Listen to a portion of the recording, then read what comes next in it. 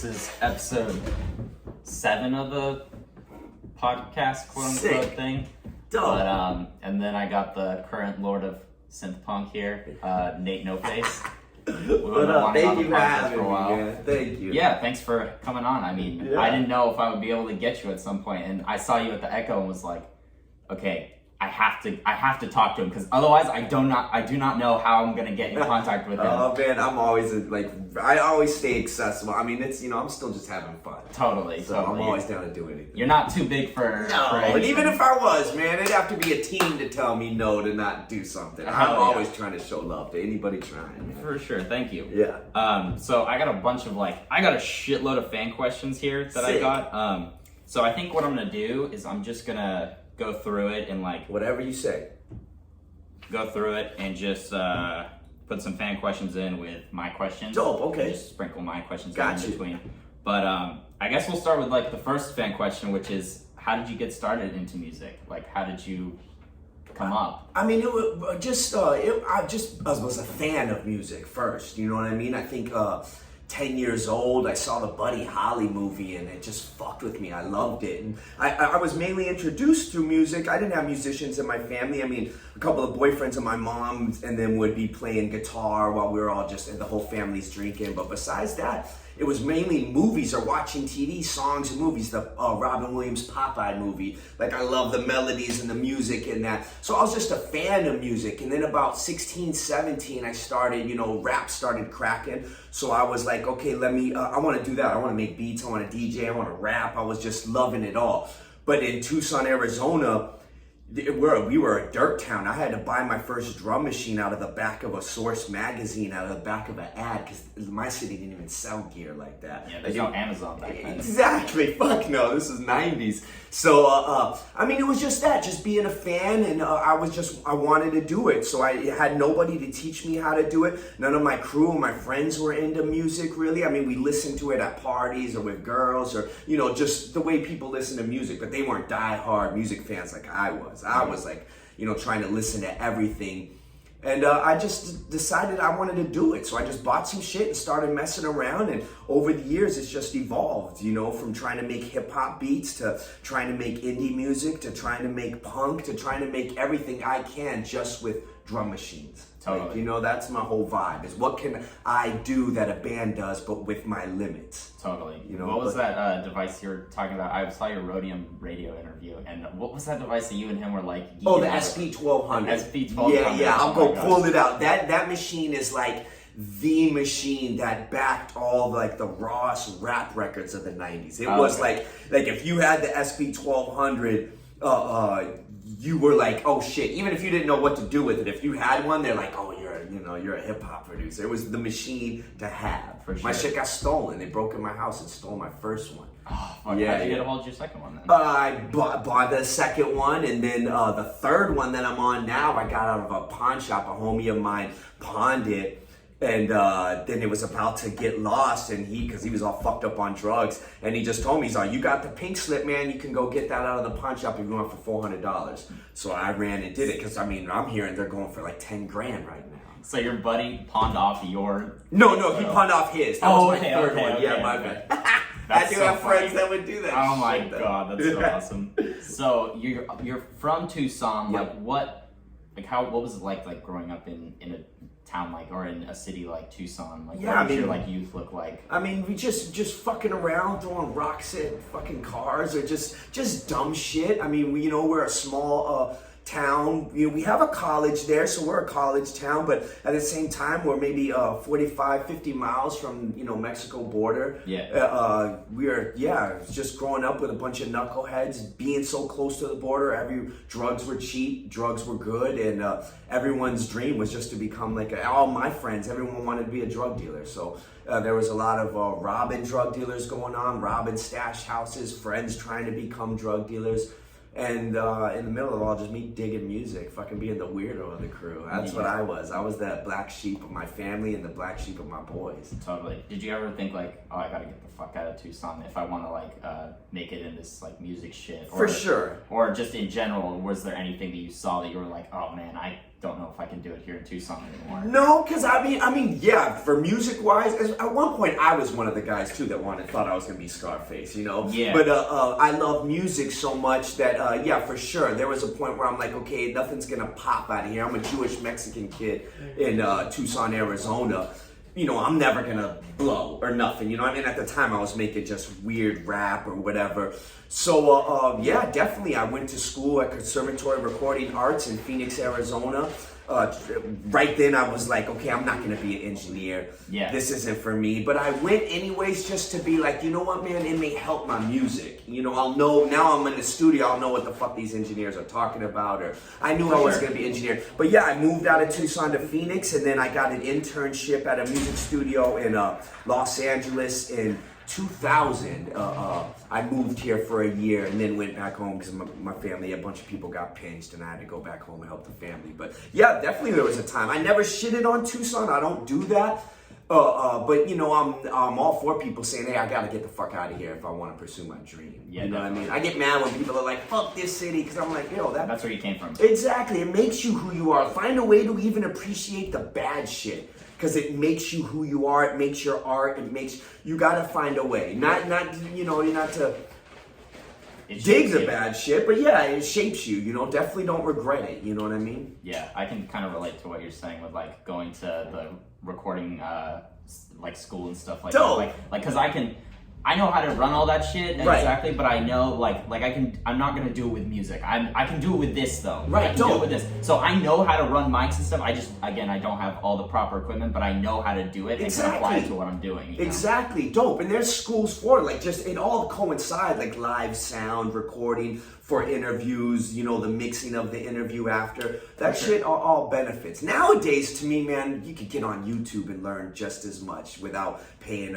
to go to a school. So maybe some kids will kill me and be like, fuck that, don't shit on schools. But man, YouTube is a beautiful thing if you can't afford school. You know what I'm saying? Like, I would now I do. I just pull up, how do I do this in a plugin? How do I record like this? How do I get this sound? A tutorial. Fuck yeah, YouTube, man. But back then there wasn't, and Conservatory of Recording Arts was a good school to go to if you wanted to learn engineering. I think there was Full Sail, I think, out here in LA and Miami, and then we had Conservatory of Recording Arts in Phoenix, Arizona. Nice. It was a dope school. Yeah, a lot of dope people came out of there.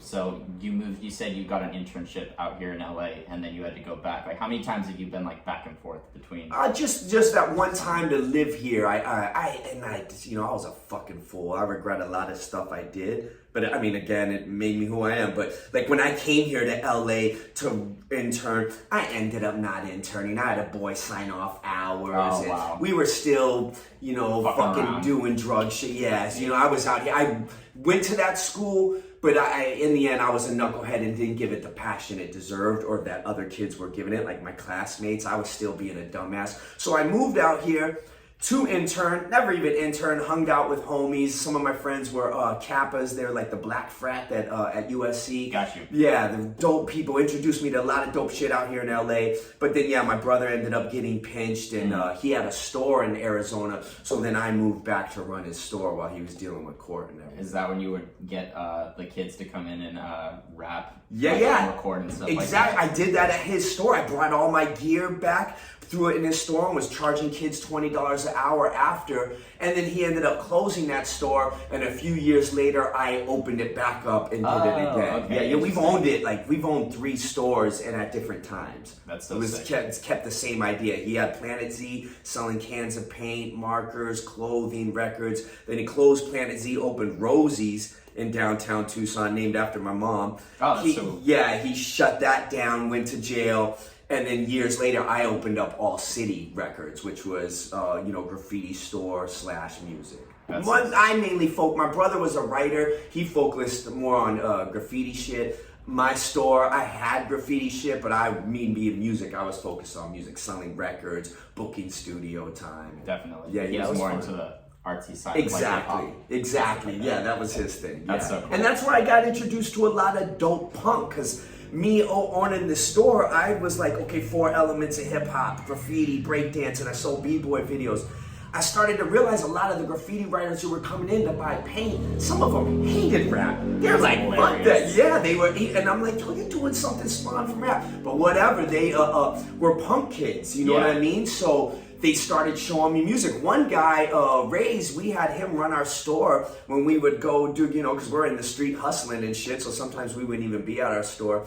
And we would have Ray's watch our store, and he was a graffiti artist, but hated rap. He was a punk kid, so we would always get customers complaining that when they would come in the store, Ray's would just shit on anything they're buying. Oh my God. That's classic Ray's. It just brought up a memory. But yeah, that's how I got introduced to a lot of different music, was graffiti writers telling me, hey man, listen to this. So they would just hang out, you know, kids hanging out in the store for 15 hours a day just because they got nowhere to go. Yeah. And so we would all just talk, and I'm the older head, and I was maybe 30 when I had my shop, and yeah, they put me onto a lot of fucking dope music, man. That's when I really started getting real experimental, because people were showing me Guiding by Voices or just real indie shit. So I was like, oh, I want to try to sing on beats. Those tracks. Yeah. I think that's funny, because I mean, if you think about it, if you're doing graffiti and stuff like that, you probably are listening to some stuff, you know? Yeah, like, for sure. Like you're out there like doing your thing, but you probably want some background noise.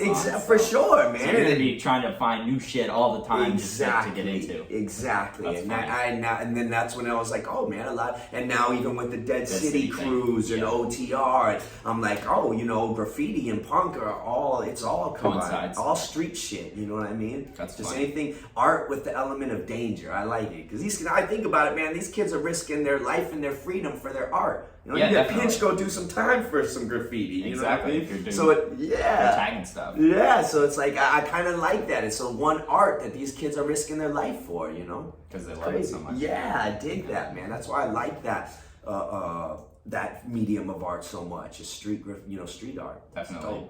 So you're growing up in Tucson, so you're going into like adulthood or whatever. Did you immediately think to yourself, I'm going to make it in music, so I'm just gonna try to make a living off this? Or you had to like do some stuff to like figure out your real life shit as well? Yeah, always. I mean, at this I never thought I'd make it off music ever, man. And I come from a family, like I said, my family's Italians and Mexicans, and we owned construction businesses. They're all like, the dream is done, motherfucker. Get a job, get a job or go make some money, be an earner. So I never thought that the world I came from, it's like, you're never gonna make it in music. So always, music was just a hobby and a side thing for me. I worked aviation, I worked, maybe in my 20s or early years, I had some weird dream, but it ended quick. And then I was also a fucking, functioning drug addict my whole life. So that robbed a lot of moments of me to where I never thought I'd make it off music. And even now, it's still a struggle. This is my first year ever living completely off my art. I don't have a job. That's so cool. Yeah, man. I mean, I dig it. It's scary at times, I won't lie, because I was just working at Gulfstream with the 401k and, getting money every week. It's like, now that money don't hit every Friday, it goes per gig. And yeah, exactly. As an older guy, that fucks with me. But yeah, I never thought I'd make it off music. It was always truly, you always have the dream in the back of your head, but I never chased it like that. And I fucked off a lot of good opportunities because I just lived my life like I didn't give a fuck. I had an opportunity to open for a lot of dope bands, and the night of the show, I'd be all fucked up on cocaine and be like, nah, I ain't going. Or just wouldn't even call the promoter and tell him I ain't coming. I just wouldn't show. And I got, fucked up a little, some relationships. But I was just always like, I don't give a fuck. I got a job. I'm good. I'm probably making more money than these artists. So if it's about money, I'm good. I don't care. And that mentality fucked with me for a long time. Definitely. Did you realizing you're not probably going to make it off music, did that thought ever depress you or... No, again, not really, because I always had a great job. Working in aviation, it was, I got a job that a high school dropout like me, it's hard to get. You got to go to schooling for it. They lied and snuck me in the back door and said I worked on air. I had family doing it. So they're like, he worked on aviation, faked the paperwork and got me in.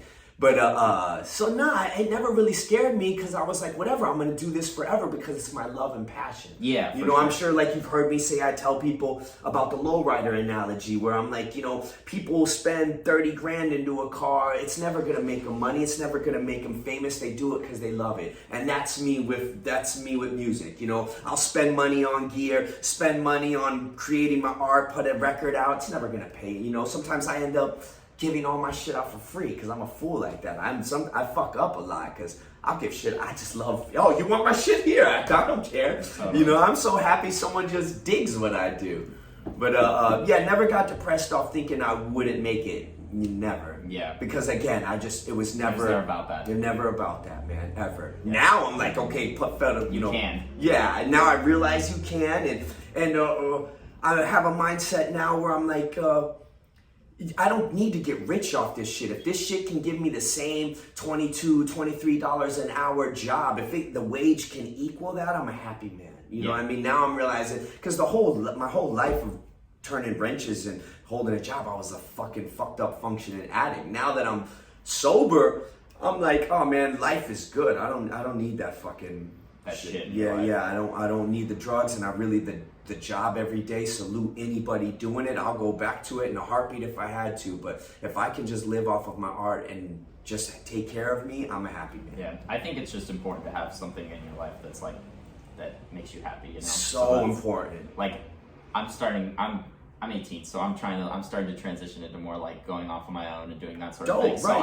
I'm trying to figure out like the real life shit, but I'm also trying to figure out like, all right, how can I keep it so that I can keep doing what I like? How can I keep doing these interviews? How can I keep going to shows, being productive at shows, while maybe not being in a band? Like I play music and stuff, and I'm in a dope ass band. Sick. But I don't know if that'll like ever go anywhere. But I'm just doing it because I like it. You know? That's the key, man. And then everything else is a byproduct. If you are thinking too, I mean, moves are good to think to make it like, okay, I play this show at the right time, I do this at the right thing, those moves. But as far as the actual art, it all has to be made out of just the love. If you're making decisions based on if this is going to help me make it or something, now maybe you're making a different style of music. One thing I found that the job allowed me is I never had to make no style of music that I thought people would like. Yeah. I don't give a fuck. Exactly. I got a job. I'm going to make this weird ass synth punk where I'm talking with a London accent and talking I'm going to make the most weirdest shit and not give a fuck, you know?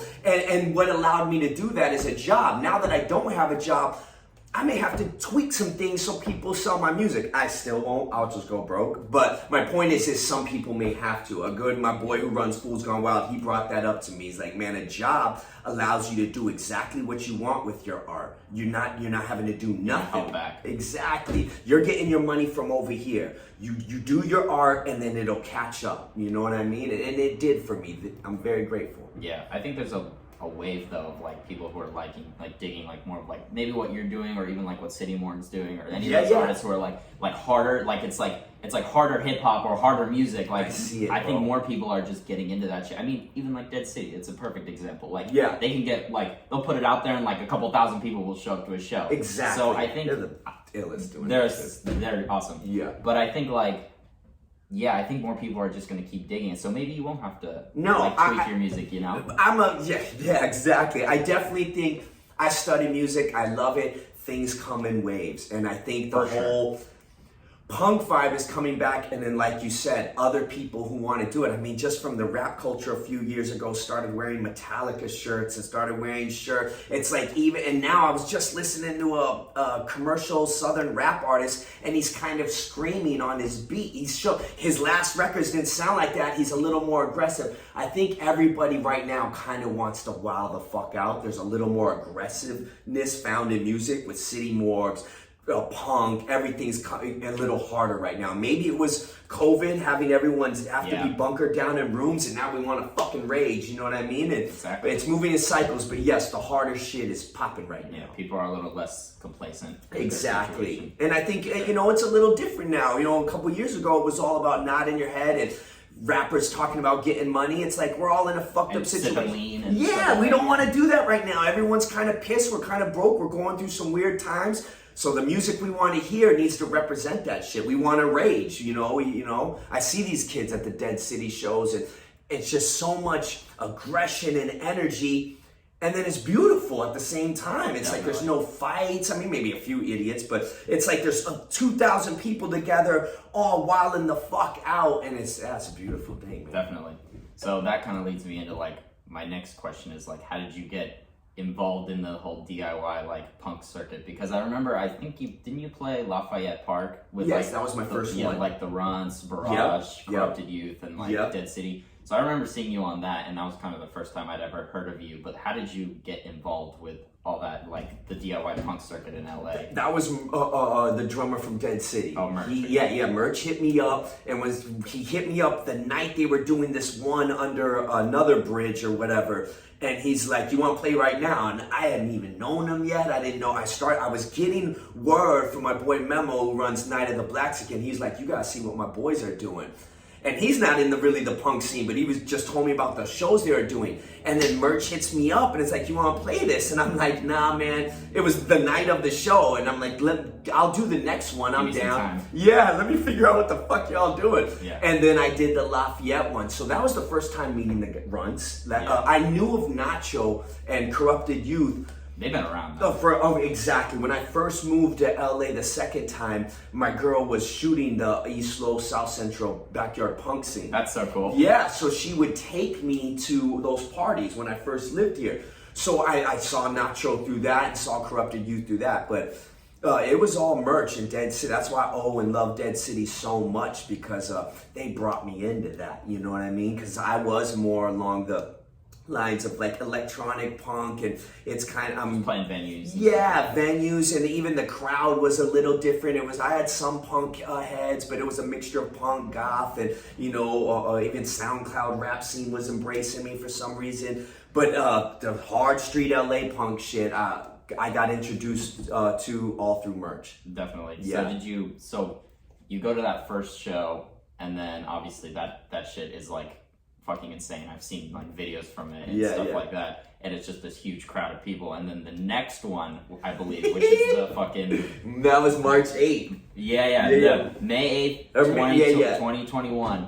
So legend, you get out and you're gonna play. Like, what are you feeling when you when you're about to play? When I did Lafayette, I opened, and it was still daylight, not that much of a crowd. And I admit, I get nervous. I get nervous playing in front of like the hard punk scene, because you got a 5-piece band ripping it, killing it, and then I go up there with a little drum machine. And you're screaming. It's screaming, and I know, and sometimes it's not as bass heavy. So anyways, I open Lafayette, nervous as fuck. Then we do the next one, the Frogtown one, and I tell all the guys in our group chat, all the other bands, I'm like, "Let me open." And Dead City said, "No, fuck no, you ain't opening. We're gonna throw you in the middle of the mix when there's more of a crowd there." So already I'm nervous as fuck.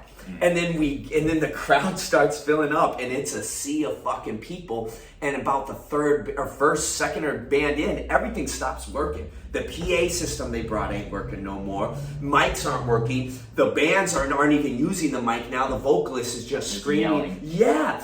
And I go up, and so it's my turn to go up, and I tell Merch, I'm like, "Bro, a band works with no mic, because you still hear the fucking band rocking." I said, "I'm not gonna work with no mic. You're just gonna hear my little toy ass beats and me not screaming." And that's why I love him again. He was like, "Bro, who gives a fuck? Just G that shit. Just do it." Merch's words. Like so I plug my setup. Now I'm not using the PA. I plug it into a guitar cabinet. And I'm using that's so cool. Yeah, I'm using the cabinet as my sound. So only maybe the first 5 rows of people can hear me. I've seen video of people who are way back in the sea of people, and you see me jumping around looking like a fool, and you hear no music. And you even hear the guy who's filming it go, "How come there's no sound?" It's so dope. But so only the first row had it. But man, I don't ever like to talk good about myself, but I feel like I killed it. I loved it, and I just feel that way from the energy that people were giving me, and it was one of the best experiences of my musical experience on this earth ever. Was Frogtown show. Yeah, one of the best things ever, because I overcame a fear. You G'd that shit? Yeah, straight up. And then the guys showed me love, because I get some shit from the punk scene, like whatever. So like to just go up there and do that, and for those bands that the scene looks up to, it's like they show me love. So for them to like back me and do that meant a lot. Yeah, totally. Yeah, it was cool. Really, really dope. And then from there, we went and did Oakland. We went and did New York. Yeah, I remember that shit. Yeah, That's so cool. Yeah, really, really dope to be a part of that. For sure. So you talk a lot about like the drugs and stuff like that and all that and your struggles and whatnot. But when did that like start coming into the picture? Like back in the day, like what's like the origin story with all that? I mean, it's just, like just cocaine. My family, we lived close to the border. My uncles, I mean, cocaine was just like coffee. I mean, everybody's just doing cocaine, and it was the goddamn best cocaine, I mean, as far as I know, in the Southwest. So, you just do it, and you're doing it only to party, I was only doing it to party, and then some down the line, I don't know how, but next thing I know, I'm doing it to party, and then when my friends go home after the party, I'm going to dope houses to smoke, or I'm smoking it myself. I was just getting deeper into it. I would go harder. And that was probably maybe 17, 16. I started doing cocaine, and then maybe started smoking it fucking in my 20s. And then just never stopped. And then later in my 30s, got introduced to meth. And and then it was just bad. But again, I never pawned no music gear. I never stole from nobody. I'm not saying, I was a good, it's like I let people down. There was events or things I could have did, missed birthday parties of my own daughter, missed major events. I did a lot of shitty shit, but I was still a functioning addict, held down a job at my aviation place. If someone's if I had to drop, I'd borrow someone's piss, and my family and my people kind of helped me in a weird way just continue to be a drug addict. No fault to them, it's just I got a lot of passes and man, I don't know, it's hard to say. I've been drinking and drugging since 17, and I think since 17 years old, I can literally say there wasn't one weekend in my life from 17 to 46 that I wasn't fucked up. Every weekend I was fucked up, and sometimes during the week, and then sometimes it'd be a week-long binge, 2-week-long binge, straight smoking meth, no water. Just there'd be times where I'd go off the deep end and disappear, and then it fucks me up. I'm barely like my last relapse was not relapse, but my last time getting high was my grandson's birthday party, 1 year old. I went back to Tucson and got fucked up, and it was like a week before the Frogtown show. Oh, really? So so that Frogtown show also means a lot to me, because I was like, okay, I'm saying no to drugs, and I'm gonna do this, and I'm gonna push music. But totally. Drugs been a part of my life for a long time, man. Still dealing with it. Oh, still dealing. I mean, I don't get urges. I mean, I walk around this neighborhood, and there's, some of the hour-long motels. I've been in there smoking for fucking 24 hours. I pass people. I hit up for meth and shit. And I don't get urges no more, because now I have a memory of what it did to me, and it put me in a lot of bad spaces. For sure. Definitely. Yeah. Do you have any crazy drug-related stories? Oh, of course. You wanna I mean, in a way, I don't know. To me, they're all just kind of shitty, though. So you know what I mean? There was wild ones. There's too many for me to know. God, I don't know. Do you have any crazy because you said you were shrooming at the Echo? Yeah. Do you have any I got or anything like that? Trips. I barely started fucking with the shrooms. They've been helping me a lot. But God, there's so many. You'll probably leave and I'll think of shit. I know I wrote a song called Pills. I used to have this synth punk band called Crime Kills, where we took Game Boys and we modded Game Boys out, and I would scream on them. And I have a song called Pills that in the song I talk about a story that, man, I got so fucked up that I couldn't get into my pad. So my keys were with my boy. He left, so I climbed up my balcony, got in through my window, got into my house, and then just fell asleep. Don't remember. Woke up, and bro, there was fucking shit all in my bathroom, everywhere. Oh my God. She's looking at me crazy. I shitted everywhere. I'm talking, I don't even know how the shit was on the fucking walls. My jeans were off. It's like I rolled around in shit, and I just woke up in it. Oh my God. So that's wild, but that was coke. I wasn't a pill guy. I was always an upper. So that night was just cocaine, pills, alcohol, just everything. You know what I mean? Yeah. That's hilarious. Yeah. That one is good. The other ones, I'm always they're just really dark. You know what I mean? This is the thing, is my best friend, Did 10 years in the feds, accused of moving like thousands of kilos of cocaine. There's books about my people in Tucson. I grew up around some really heavy players. The difference, that's why I feel like my story is an anomaly, because I didn't hang out with a bunch of junkies. I hang out with ballers. The difference is we would all be coking up, doing our thing. They'd go home with women or go home to their nice houses, and there'd be times I'd be in crack houses with, just the roughest people you can fucking imagine. I'm talking, just probably dealing with everything in life. I'm homeless people, just scabs everywhere, just everything, needles shooting up. And I'd be in there with a leather jacket, a polo. I remember one dope house, I remember hearing someone be like, oh, who's the college kid? And I'm like, I ain't no fucking college kid, but I dress like... Just button up. Exactly, I would dress a certain way, but... Yeah, so it just took me to some really dark places, man. Totally. Yeah. Nothing too much. The funny ones are the ones like that to me, because I don't mind. It's like whatever. But the psychologically, it takes you to a really dark place. Fuck yeah, man. Because again, I don't come from that. You know what I mean? All my people are get money gangsters, so when they some of my people used to go hard on me, like, yo, motherfucker, you're disease, you're weak. This is a weakness. You're fucking disgusting. Like my people would straight up tell me, like, they never turn their back on me, but they definitely ain't about drug life. Yeah, they think that's, even if they sell it, they think you're a weak motherfucker if you do it. Yeah, I remember my dad grew up in Oxnard, and I think he had a friend or something whose brother sold heroin or something like that. And he's like, motherfucker, if I see you or any of your friends ever do that shit, I'm gonna beat the fuck out of you. Exactly, that's how it should be. I mean, I try not to get it because I understand some people need their medicine or to deal with life, but it's like you shouldn't be influencing that shit on your people. That's what I tell. I don't want to come off as the guy who knocks youngsters. Like, hey man, if you can go do a couple bumps and drink on the weekend and you can handle it, cool. I know tons of people that can't. But I'm just saying you're playing with a slippery thing, because you could have never told 17-year-old Nate that I was going to end up in a 24-hour, rent by the hour motel with, just scabbed up, just the craziest people in this hotel room smoke. If you would have told 17-year-old Nate, I'd have looked at you like you're fucking crazy, because I owned a house, bought a Jeep off the showroom floor. I had a studio on the side of my house. You turn up with key. I mean, my shit was swimming pool. You would have never told that guy that I'd end up in the place. And now I have nothing. Don't have a vehicle, don't have a driver's license, starting from zero at 46. You know what I mean? Because it was just a long night, bro. That's what it was. It was one long night. I feel like my whole life was just one long drug night. That's crazy. Yeah.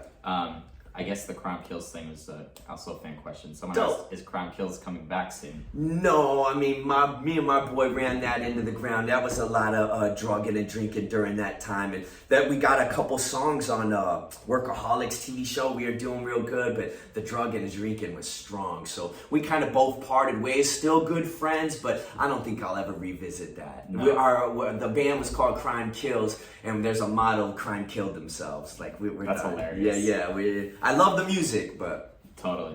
So, another thing was, when did you start noticing that your popularity as a solo artist and like this N8noface thing start to like grow? And has there been anything else that's like rivaled like what you're doing now? Has there been any other projects that you've seen that have gotten you to this point, like your current solo endeavor? No, I mean, not that I've been a part of. Definitely...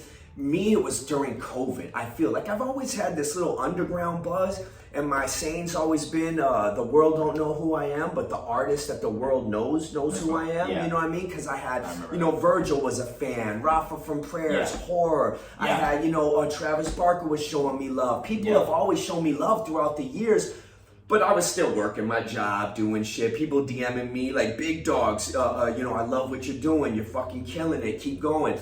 But all of a sudden it was COVID. I feel like a lot of my shit came from all of a sudden the world stopped and they took notice of me. Yeah. Because like I always say, I was a lot of people. Yeah, man. And I was always a weird fool on the internet, old guy doing dumb shit. And while my other friends who are really going further with their music, the way they're doing it is they're performing every night. They're out there grinding. Yeah. I wouldn't do that shit either because I was fucked up on drugs or I was like, I gotta work tomorrow. I'm not gonna do your show. Yeah. I didn't care. So now all of a sudden COVID hits, all these bands can't play shows, a lot of them aren't doing streams. I'm the fool on the internet, and I think it made everyone stop and go, who the fuck's this old guy making this weird shit on the internet? And then it started rolling, you know what I mean? And Death Proof, NASCAR, he showed me a lot of love and brought me, like, I owe a lot to him because just him posting that he was a fan of me all of a sudden made a lot of people notice me, you know what I mean? So yeah, I'm really grateful to him too. But yeah, it was mainly during COVID, I feel like. All these years of doing this music, I've been making it since I was, I'd say strong 18, 19, just as a passion, and I'm 47 now, or 46 now, and be 47 in August, and like I'm barely getting like, you know, maybe this past year of what I would call real popularity that can sustain a life, you know what I mean? Of where I'm making money, not making money, but paying for my life. You can pay rent. That's about it. And that's making it to me. It's like, maybe I could have years ago, but not as a drug head, you know what I mean? And that's what another part of me, I feel like stopping the drugs, I've noticed blessings rolling in a lot more. Maybe they were rolling in back then and I fucked them off or didn't notice them, but since getting sober, life's been definitely better. For sure. Yeah. Was it like a thing with SOS booking that you did? That's That showed me got me a lot of light too. Yeah. Shout out Nate. SOS booking. That's what I mean. Is a lot of bands weren't doing these streams. I did, and it was like motherfuckers were like, "What is this?" Yeah, because everyone was on the internet at that point. Exactly. That's what it Couldn't was. do anything else. No. So your only way of live music was a stream. And I had some friends say they were like, "I don't like them. There's no audience there," and it does feel weird, but that got you some love. Yeah. I mean, I'm a fucking attention whore. I'll admit it. My boys call me an Insta thot. Like, I don't care. Awesome. Like, I'm like, so that streaming shit was right up my lane. I was like, let's do it. For sure. So another crazy event this year for you was the City Morgue tour. So, like, how did that all come about, and who hit you up about that? I mean, just maybe a month prior to that, I got introduced to a guy who wanted to manage me, Daniel Hall. Blessing since he came into my life. So he hit me up about managing me, and I kind of blew him off. I was like, I listened to him at a lunch, came home, didn't call him back for like a month, and then he hit me up and was like, yo, what's up? You know, did you think about it? And I'm like, all right. And from that month's time, I'd gotten really broke. So I was like, all right, let's do it. Let's see what this dude could do to me, or do for me. Within a week of signing to him, I got a booking agent, Nick Storch, and then a week after that, I got booked for City Morgue. And I didn't even know they knew about me or knew who I was or agreed. I'm like, they really agreed to me? Like, I was bugging because I was direct opener. And then Zilla out of the blue DM'd me and was like, he just wrote tour.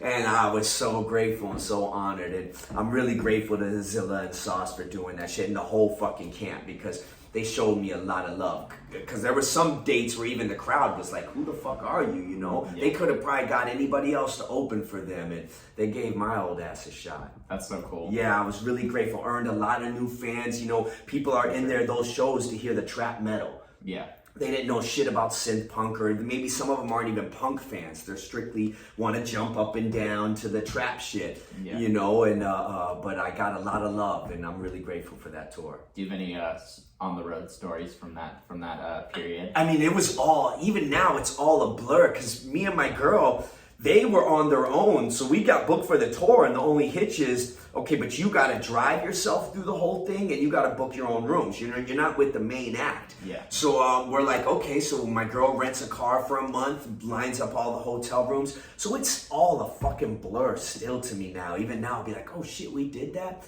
So it was all just a dope experience. I'd never been away from home for longer than 30 days, you know what I mean? So that was just, and then I was in parts of the country that I had never gone to, you know what I mean? Why the fuck am I gonna visit? Shout out Wisconsin, but I don't know what the fuck I'm gonna do in Wisconsin. And so we were in some crazy Dairyland parts and got to see this country, and it really inspired a lot of new music, because I got to see just, you know, you go around, yeah, man, you go around just believing what's on the net and what's on media, and then you get out in the world and see everybody and how everybody really is different, man. So you know, there was a lot of love through everywhere I went. Definitely a very different culture. Like different parts of the country. Exactly. Oh, so dope, man. I mean, as far as, and you know, there was some moments. There was a point where I was on stage in Chicago and some motherfucker yelled, "Get off the stage!" Really? Oh, bro, and I've never dealt with a heckler before. And I was coming off of a lot of bullshit and hate on the internet before that tour. So, like, yeah, and so that shit, it's like, oh, everybody can say something on the internet, but no one will say something in person. So now at this Chicago show, this kid yells this, and I'm like, finally someone in person. Bro, I lost. I'm a peaceful person. I'm not a badass or a tough guy. But that I challenged that whole, I was like, I will be at my merch table. We can run fades all fucking day. I like literally the promoter came, after my set, grabbed me, threw me in the green room and was like, bro, you're gonna incite a fucking riot. Like, you know, you're gonna fuck up your career for this. Like, you're gonna beat up a kid. Like, how do you know he's not underage and you're gonna beat his ass? Like, you know, or in my head, it's like two things happen. I either beat a kid up and go to jail, or a 15-year-old kid beats me up and it goes viral. Either way, it ain't a good look. No. So, and then he brought it to my point, or brought the point up that he's like, you know, you had one kid say some shit and you lost it on stage. Because then when I went to the merch table after, I'm sitting at the merch table waiting for the rest of the night because we sell our own merch, you know, still just doing that shit ourselves. For sure. And people are coming up, I'm signing body parts, I'm selling merch, signing merch. And the booker came up to me and was like, see, bro, you're about to lose your shit because of one comment, and look at the love. It's outweighing that kid. And that kid never popped up. And probably it wasn't nothing personal. I don't take you not liking my music personally. You know, my own homies don't like my music. Maybe he was just trolling even. He was just fucking with me. Or he just wanted to see City more. He didn't want to see some guy running around to fast synth punk. So, but that was pretty much the only crazy story. Everything else was like just love. Are you sure? Because I saw you got your catalytic converter. Oh yeah, word. Yeah, that was while we were in Houston and coming out the room and we see cords dangling from our rent-a-car, and I was like, my girl noticed it first, but right when she pointed it out, I knew what, because I had friends who were doing those links years ago. Yeah, so I said, oh fuck. And then what was funny is when we called our tow truck and the tow truck came, the same model of our rent-a-car was on the back of the tow truck. He came with a car and they did the same thing to that car. When he asked me, yeah, man, so they must have did a hit across the whole city that night. Just wave, do it, you know. I don't know. You get a lot of money for those slots. Yeah, so imagine if you do 10 in one night, you know what I mean? And they're sold before the cops know, but... Yeah, that was wild. That was wild because we just sat in our car. The tow truck didn't come for like 4 hours. It started raining. Me and my lady kind of fighting. Like, you know, that was a stressful moment. There were some times, I won't lie, there was moments of the tour I'm like, fuck this, I want to go home. And then right after that, you're on stage. Yeah, and you love it again, man. And then, like we say, when we got home from the tour, it was kind of grateful being in your own bed. And I won't lie, 5 minutes later, I'm like, I want to do that shit again. For sure. Yeah, so. Yeah, that's like, I was talking to Nick from the Runs, and he was saying like... Oh, he just did the Garden. Yeah, that's so dope. I was talking to him about that, and he was like, yeah, there were a couple moments where it was like, it felt like more like work than not, but... when you get on stage, it's like and you see the response from people. It's like it's just the coolest fucking best thing ever. And that there was times I was coming off stage and I would hear people go, "Who are you?" Like they had that is so beautiful to me because oh my god. And then when we would open up the show, people just walking by our merch table didn't give a fuck, coming up to me, "Are you City Morgue?" No, keep going. They keep going.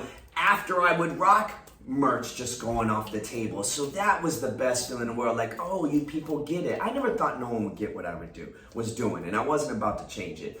So now that people are getting it, I was really grateful to see that in person. I mean, a like and hearts or flames to a song you post on Instagram, that's cool. But that physical response. Take a picture with me, sign my forehead, fucking just all that shit's different, man. I'm like, wow.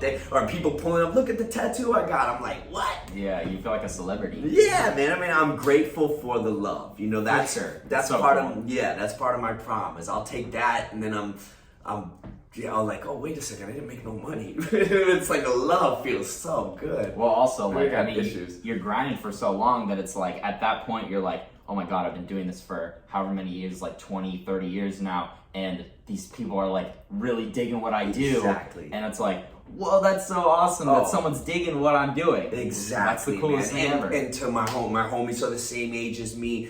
been in and out. Like, there's times I would let them hear my music and my boy would be like, bro, what the fuck is this? Get the fuck out of the basement. So now for those, God bless them, they love me, those are my best friends. But now for them to be seeing like, oh fuck, this motherfucker's getting in love with that crazy shit. Because like I said, my friends ain't punks or come from the punk scene. So for them to see me get in love, it's like now they're sending me images. Yo, you think this would be a cool album cover for you? I'm like, man, get the fuck out of here. Yeah, God bless them. But yeah, that was dope. That's so dope. Funny. Did you ever, because you do a lot of like screaming and shit, and I'm sure it's a lot of throat. Did you ever blow your voice out on? I mean, on the first 3 days. The first 3 days, I was dead. And I remember hitting up my boy OGM from Whore. I was like, what do I do? And then Zilla came up to me while I was sitting at a bar, and I'm like, bro, what the fuck? He was straight sober. I was still drinking during my tour. I have to have a drink before every show. My nerves kill me. But I was like, bro, what the fuck do I do? So I got so many tips. Cough drops in this, honey in this. The dopest tip was Mexi from Section Hate. Oh, yeah. I love him. I hit him up. Was like, he's blowing his voice out like gnarly. I've heard. Had to. Like, yeah, I'm assuming. Yeah, he's okay. So he did an interview, like one of his first interviews of last year, and he said he like blew his voice out and couldn't talk for like a month. Ooh, he literally couldn't scary. Do it. And yeah, he says it still affects him, but back to whatever you were saying. Yeah, no, he just said he's like. And his numbers were perfect because he said, you'll lose it on the 3rd day, and normally by the 6th or 8th, you're back. He said it's just like a muscle. And yeah, it's going to get damaged, but then it'll come back stronger. Yeah. You know what I mean? So that's what it was. I was gone. Like, I lost it by 3rd show, 4th and 5th. I was struggling. By 6th, it was done. I was back. You know what I mean? It hurt. And then some people were telling me some frequencies are harder to do. Like, if you do a high-pitched scream, that's harder once your throat is out compared to a deep one. Yes. So they're like, stay with the deep ones, And Zilla lost his voice, I think, on our tour for like a couple shows. He fucking powered through that shit. Yeah. Because it's scary. You don't want to cancel and you don't want to give a bad performance. You know what I mean? But it's like, yeah, they paid money to go see you. Yeah, that's my biggest thing. Anybody who invests money into this shit ain't food. You know what I mean? You don't need this shit. So when people spend their money on you, these artists better be grateful. I know I am. Yeah, exactly. Yeah, that's why I always see like these hardcore dudes who have like, I'll use Gulch as an example. The guy from Gulch, he sings very high, but I think nowadays like he has a harder time hitting those higher notes. So he goes a lot lower now. Oh, okay. So I can see what you're saying. He saw something or no. Yeah. So now he makes a lot of their music, like they did like a split or whatever earlier this year or last year. And he's got a lot more lower stuff on there. Crazy, yeah. So he adapted or whatever. Dope, so yeah. Maybe he found something out. Yeah, that's what I forget who told me. Maybe it was NASCAR. Someone told me, they're like, yeah, just if your throat's fucked up, stay away from those higher ones. For sure. And that's kind of me, though. I don't do a hardcore style, which I don't know too much about hardcore, but I mean, it seems like that's the lower tone, whereas I'm doing some like crazy street punk where it's a little higher, you know what I mean? So, but yeah, I've definitely learned to do it. I'm opening for Gulch in March in Texas. In Texas. Yeah, I saw that shit. Stoked. Again, I'm so grateful that the hardcore scene embraces it. Those are the shows I get so nervous for. Like, how the fuck am I gonna be in that fest with all these crazy hardcore bands? Yeah, and people are like frothing to see those. Yeah, fuck yeah. Sure. So this is kind of like a little bit different, but like you were saying about running fades, but do you do any like Muay Thai training? No, I mean, my brother was boxed in high school, so our backyard was just a gym, basically. We had body bags, just homemade everything. We would take a beach ball, put duct tape around it, bungee cord it here, and there was our crazy bag. So I played around, but my brother actually had fights. I didn't, you know what I mean? I was just the guy hanging around, and now I linked up with Knucklehead Tom in the Punk Rock Fight Club, and I'll go to a few of their Saturdays, but I do nothing professional or train even professional or nothing. I just have fun doing it. I come from a fight. A little bit of self-defense. Yeah, exactly. And I just come from all my boys were like, my best friend won Arizona Tough Man contest. My people are into that shit. I don't think none of my crew is really into sports unless it's MMA. I come around guys who love fights. Tucson is a city of fighters. You better know how to fight. Small town, we can't get away with a lot of killing. No. So, Here, fuck, you kill. Yeah, you gotta fight. You gotta squab up a lot. I mean, we definitely have our killings, but nothing like I hear. No, God, here you kill a motherfucker and just go to the restaurant the next day. And you're chilling. Yeah, exactly. No one knows. I mean, in the '90s in Tucson, it was like I know a lot of good fighters, street fighters from my city, man. Yeah, that I put money on for sure. So I guess we'll get more into like these fan questions because I haven't really covered too many of them, and there's a lot of them. Let's fucking see. So I guess so. The first one I wrote down is so a couple people asked this, but when's the 911 full length album coming, or are you working on it? We wanted to work on like putting more songs on, but because we have more songs together, but we backed away from it. But we are gonna release it as a 7-inch this year. No extra songs on it. It's just gonna be a 7-inch hard copy. Be a hard copy. Yeah, because I'm really stoked because that's one of my most projects people love the most. For sure. I fucking love Idris. That's my boy. He showed me love. Even when he was living in Phoenix, put me on his radio show. Me and him been cool for a while, so for him to bless me. And we got another song, Stay Out the Way, that's just, we have a couple more that are in the same bloodline as that, but what he does with them is up to him. He's going to release them his own ways. That's his shit. You just contributed to Exactly, that's cool. it. But yeah, so that is coming out on a hard copy. For sure. Okay. So, and then when's the next LA show, Foo? Oh shit! LA right now. My next one will be on a tour that I got coming up. I got a tour with a really dope band. I'll keep that low until they announce it. But that'll be my next LA show. That's so cool. Yeah. All right, so watch out for a tour. Yeah, tour. Yeah, this one's gonna be fucking dope. Hell yeah. Someone asked, where did your face go, bruh? The way I got N8noface was just because first I did it because I hid that I made music. So I always and that's it. And then the other shit is just no face. I'm the face of no sound. I do it all. I'll do country. I'll do punk. I'll do rap. That's it. Just how you do. Yeah. So that's where my face went. All right. Someone asked, how do you maintain the stash?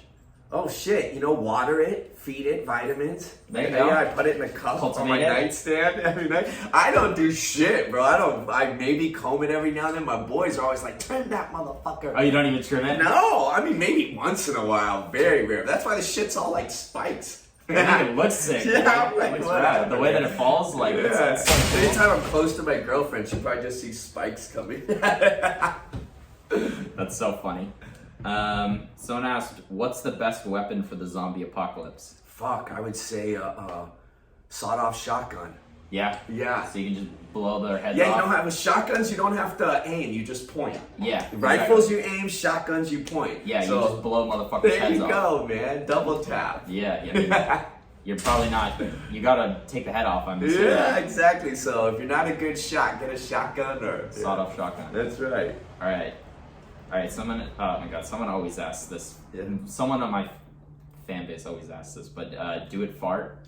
Do it fart? Yeah, do it fart. Wait, to do a fart? No, do it fart. Do it fart. Sure? Sure? Yeah, I know, you gotta let one go every once in a while. Oh yeah, no, I'm the fart master, bro. No.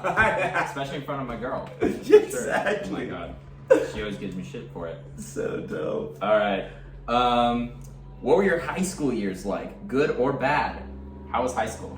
It was just wild fun as fuck. I mean, I was a knucklehead dumbass. I was a dropout. I think my last year was sophomore or junior. But it was fun. Growing up in Tucson, it was wild. Just wasn't for you? No. The academics were never... No, I mean, yeah, which sucks. Because the only class I really loved was English. And, because I liked writing. Writing? Yeah, and my English teacher...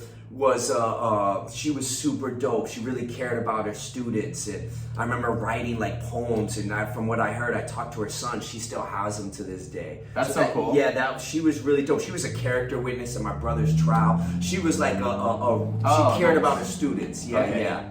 Yeah. So, but besides that, high school was just fucking wild. You're just getting into like all the bullshit and everything. Crazy shit. Yeah. Oh my god. Yeah, I was just being teenagers. Yeah, that's what I want to say. It was just wild. Just growing up in we're all kids and just wilding out. Yeah. All right. Someone said, why is the SoCal gang culture so involved in the LA punk scene right now?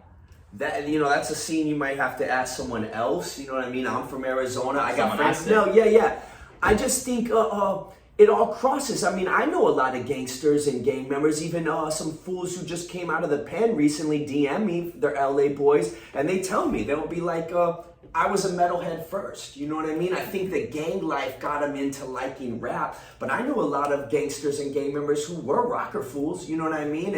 And then I think right now, again, it's just everywhere that people want to wild out. I mean, when I go perform at Fools Gone Wild shows, it's everyone there, and it's a lot of LA hats, and you know, there's some of them aren't in the mosh pit, but you see the smiles, and they're just having fun. You know what I mean? Yeah. So I think it's just the attraction of just having fun and cutting loose. You know what I mean? For sure. Yeah, and I mean, do it however you can. Like, it's a punk show, rap show, anything. Exactly. Just hit it up. Exactly. I mean, 7-8 years ago, when I was going to the East Lo's backyard parties, there was, my girls got a photo book called, you know, East Lo's backyard parties or whatever, and in it, I forget the title, I butchered it, but in it, she's got a couple fools, like, you know, arms around the hands going in the pit, and I mean, it's like, shit, every party I went to in the hoods, there was always a couple gangsters there and fools there, either handling the security of the party, or just having fun, or it's in their neighborhood, so maybe they're taxing it, I don't know. Yeah, exactly.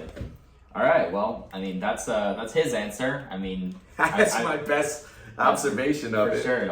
It's awesome. What is some advice you would have given your younger self and would like to share maybe with other young people or people in general? Again, just be easy on them drugs, man. Definitely be easy on them drugs, and don't live your life. I lived my life like it was gonna end soon. And there's a famous line, but a line I heard that you think, the term life is short. Yeah, there's some sense to that, but you know what? It ain't. And if you don't plan for that future comes and you're like, what the fuck? And I didn't. I never saw and a lot of it maybe goes into believing in yourself. Maybe I didn't believe in myself. I never saw me at a certain age. So I lived when I had big money, blew it. You know, I wouldn't save it, put it away, do something with it, think about it. It's like, nah, I'm gonna die. So you just kind of just move like that. So it's, you know, you live life like this is your last day, but also have some sense about it, man. Yeah, it's very fine line to walk, you know. You want to be free from it, but plan for the future, man. Yeah, I think a lot of people get wrapped up in like, oh, my life is from when you're born to when you're 30. Like, a lot of people, I think like that, and they don't think of the, like, 80 years after that or whatever, 70 years after that. Like, fuck no. Like, you can live to be 100, dude. Yeah. You can live to be 100 now. If you take care of yourself, you can be cool. Exactly. I mean, I'm 46 and I'm having one of the best years of my life. I did wild shit, so those were fun too, but I'm having one of the most productive years, creatively, having fun, doing what I love at 46. You know, you couldn't, tell a lot of people that, they'll be like, what? Yeah. You know, and I just read Quincy Jones' first hit at 50.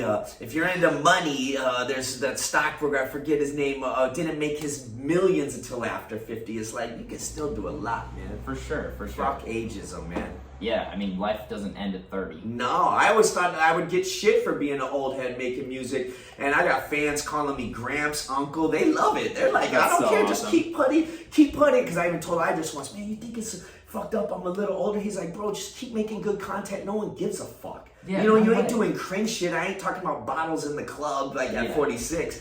I'm talking about my life and stuff other people You're being real. Yeah, all day. If you write like that and write from the heart, you're straight. Yeah, exactly. I think it's like, that'll be inspirational, I think, to people, because, I mean, you're doing it at your age. I hope so. It's never too late to start. No, and someone just hit me up the other day in a DM and said, it's hard to keep doing this because I wasted so much of my youth on drugs. And I'm like, don't do it for those reasons, I'm not chasing a dream. I don't make it about that. I'm just living my life. This is my life. I love music. I'm never going to stop. So whether the dream comes or not, I'm never going to stop. And then everything else becomes a byproduct, man. Making it or making money off it, it's a byproduct. Yeah, I mean, people just will see that you love doing it. Like, exactly. I've seen that, I think, just from going to, like, LA punk shows now for the past year. I've seen that, like, okay, I don't have to make it by the time I'm like 21. Like, some people do make it when they're that young, and I see like a lot of people, like, not a lot of people, but I see people who make it when they're like my age or like 21. Yeah, for sure it happens. And it definitely happens, but it's not like that's the end all be all. No, exactly. You know, and then keep your ear to the grind, you know, you find out music's gonna change and stuff, and as long as you keep changing it, or even if you don't change your style, then keep doing what you do. Do exactly, stuff man. You like. Exactly, and it'll come around, man. Yeah, definitely. So I think, let's see, the next question was, will you be putting out rap music or just stick to synth punk? I mean, I feel like I do it all, and I got tons of different styles. I got tons of rap music. But you spit like a rapper sometimes. To me, that's what I feel like, honestly. Even when I'm rhyming or screaming on a punk song, all the words rhyme. Yeah. And it's like still like it's just really it's just fast. It's just not over a trap beat. Exactly. You know what I mean? So, and I do have a project, a song coming out with some homies where it's straight sampled boom bap rap, and I'm rapping, but I'm doing it the way I do it. I'm screaming it, and then it's kind of slow and it's weird. I'm really excited for this to come out. That's so with my homies Third World. Yeah, that shit's gonna be dope. It's different, and everybody I let hear it right now is like, whoa, that's sick. Yeah, it's different for sure. Do your fans help drive you to keep creating? Yeah, definitely. I mean, I gotta say that if they all went away, I'd still do it. Yeah, I mean, you were doing it at one point. Exactly. I had no fans, but definitely, I mean, it makes you go, okay, fuck. It just gives you a different light. I wouldn't say my fans are the reason I do it, but them loving it definitely puts a battery in my back. You know what I mean? Definitely. For sure. Yeah, I mean, it helps you pay rent. Fuck yeah. Yeah, helps you know what I mean? Pay off bills and stuff like that. Exactly. What was the first synth punk song you ever made? Fuck, it would have to be a Crime Kill song, and I want to say I Don't Love Her. I Don't Love Her. Yeah, go look up I Don't Love Her, Crime Kills, and that was my So all that stuff's still out there? Is yeah. Is it like on YouTube, or is it's on YouTube. There's some performances of me doing it live on YouTube, and then that's cool. It's on Bandcamp. It's on, I'm pretty sure it's on every platform. Streaming platform? Yeah. Sick. And then someone said, what was the first beat you ever made? God, I couldn't even remember, but I mean, it was a rap beat. Yeah. You know, it was a rap beat I made with the little sampler. That was it with was it SB? No, that before I had that, I had like a rack-mounted sampler where it had little 4 banks, and you run a sound into it, and then each bank captures the loop that you want. It was wild. Oh my god! I had a lot of money in my younger age, so I was buying shit I didn't even know what the fuck it was. Yeah, I was just buying it. Yeah. Sure. And then you just figured it out. Yeah, exactly. But that's crazy though, because you don't there was no YouTube or no, like and there was no one to ask, and I remember that the manual was insane, and I really did it all off the strength of the love. I would read rap credits in the back and find out who they're sampling, and then go dig it up, and that's why rap introduced me to a lot of other styles of music, jazz, and because that's what they would sample to make the beat. So you had to go learn that shit. You know? I mean, like Ice Cube, like Today Was a Good Day. Exactly. That's like an old '60s tune. Exactly. So that's what I was doing. So, God, the first beat, I couldn't even tell you. Yeah. I mean, I don't remember. It was definitely a rap beat. Definitely a grimy-ass rap beat. Dude, like, what year approximately was that? God, it'd have to be like 97.